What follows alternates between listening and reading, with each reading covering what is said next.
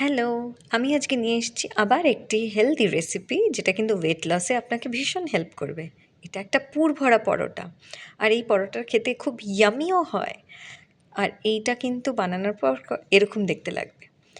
চলুন তাহলে এর ইনগ্রিডিয়েন্টসগুলো দেখে নিই।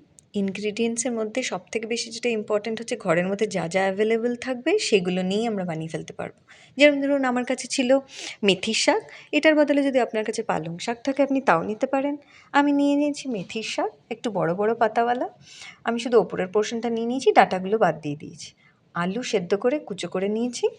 নিয়ে নিয়েছি পনির গ্রেট করে। আর আমি নিয়ে নিয়েছি আদা রসুন কুচোনো। আর নিয়ে নিয়েছি লেবু। আর নিয়ে নিয়েছি একটু রোস্ট করা শুকনো লঙ্কা আর জিরে গুঁড়ো, যেটাকে আবার ক্রাশ করে নিয়েছি আমি মিক্সারে। এবার আমি কি করব, সবার আগে আমি ওই মেথির পাতাগুলো আগে মিক্সারে ঢেলে দেবো, সাথে সাথে রসুন আর আদার কুচি দিয়ে দেবো ওই ক্রাশ করে নেওয়া শুকনো লঙ্কা আর জিরের গুঁড়োটা। তারপরে দিয়ে দেবো একটু নুন, আন্দাজ মতন দেবেন আপনাদের যেরকম পছন্দ। একটু লেবুর রস দিয়ে দেবো। লেবু রসটা আসলে ভীষণ ভালো লাগে আর শাক জাতীয় জিনিসের মধ্যে টেস্ট এনহ্যান্স করে। ব্যালেন্স করার জন্য চিনি। এবার খুব সুন্দর করে আমরা এটাকে ব্লেন্ড করে নেব। তবে ব্লেন্ডটা এমন করতে হবে যেন একদম মিহি জলের মতন পেস্ট না হয়, একটু মুখে যেন পড়ে। এবার আমরা ঢেলে দেবো আলু আর পনিরের ওপরে সেটাকে, ওর উপরে দিয়ে দিলাম একটুখানি জোয়ান। জোয়ানের সাথে অ্যাড করে ভালো করে মেখে নিলাম। এবার নিয়ে নিলাম কালা চানা বেসন, যেটাকে কালো ছোলার বেসনও বলা যায়। এটা আমি একটু হেলদি রাখার জন্য নিয়েছি, আপনারা চাইলে নর্মাল বেসনও নিতে পারেন। তারপরে এটাকে ভীষণ ভালো করে মেখে নিতে হবে। আমি একটু টেস্ট করে দেখলাম একটুখানি আবার মশলাটা দিলে ভালো হয়, তাই একটু অ্যাড করলাম। আপনারা দেখে নেবেন টেস্ট করে, নুন মিষ্টি মশলা আমি অ্যাড করে ভালো করে মেখে নিয়েছি দেখুন। এবার নিয়ে এসেছি সরঞ্জাম নিয়ে রুটি করব বলে। আমার কাছে আটা মাখা ছিল।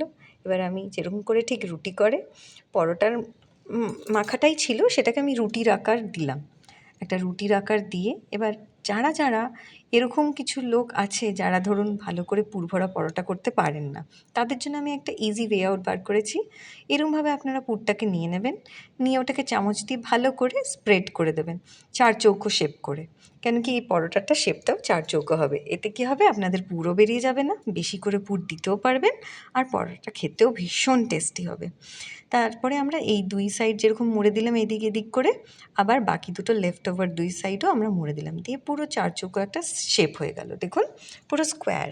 এরপরে ভালো করে হাতের সাহায্যে চেপে চেপে দেবো, ওপরে গুঁড়ো আটা বা ময়দা ছিটিয়ে ভালো করে বেলে নেব। আবার কি, কিন্তু শেপটা কিন্তু চার চৌকোই থাকবে। আরেকটা জিনিস খেয়াল রাখতে হবে, এই কোণগুলো কিন্তু একটু মোটা হয়ে যায়, সেই জন্য কোণগুলোকে একটু চেপে চেপে আস্তে আস্তে হালকা হাতে ওটাকে যেন আমরা ফ্ল্যাট করে নিই, তবেই ওটা ভাজলে ওটার টেস্টটা আসবে, না হলে মোটা মোটা কখনো কখনো কাঁচাও থেকে যেতে পারে। এবার দেখুন এরমভাবে পাতলা করে বেলে নিয়েছি। একটুখানি হয়তো উল্টো দিকে আপনার মনে হতে পারে বেরিয়ে গেছে, কিন্তু এতে কোনো ক্ষতি হবে না, বিশ্বাস করুন। যখন আপনি এটাকে সেঁকবেন এটা খুব সুন্দর ওর ভেতরেই থেকে যাবে, একটুও বেরিয়ে আসবে না। কেন কি এটা তো আপনি খুব মাপ মতন তেলে ভাজবেন। আমি নিয়ে নিচ্ছি একটু ঘি, আপনি অলিভ অয়েল বা ঘি যেটা ইচ্ছে, হোয়াইট অয়েল যেটা ইচ্ছে দিয়ে ভাজতে পারেন। ঘি খাওয়া কিন্তু একটু ভালো, নিতেই পারেন। দেখুন দুই দিকটা খুব সুন্দর করে সেঁকে নিতে হবে, এরকম একটা গোল্ডেন ব্রাউন কালার আসবে, এরকম শাঁকা শাঁকা একটা ব্যাপার আসবে। তারপরে এপিঠ ওপিঠ ভালো করে ভেজে উল্টে নেবেন, নিয়ে এবার আর কি, এবার প্লেটিং করার ব্যবস্থা করতে হবে। গরম গরম খেতে দেবেন কিন্তু। আর এই প্লেটিং করতে গেলে আমি দিয়ে দিয়েছি কালো ছোলার তরকারি, একটু আমার হ্যান্ডমেড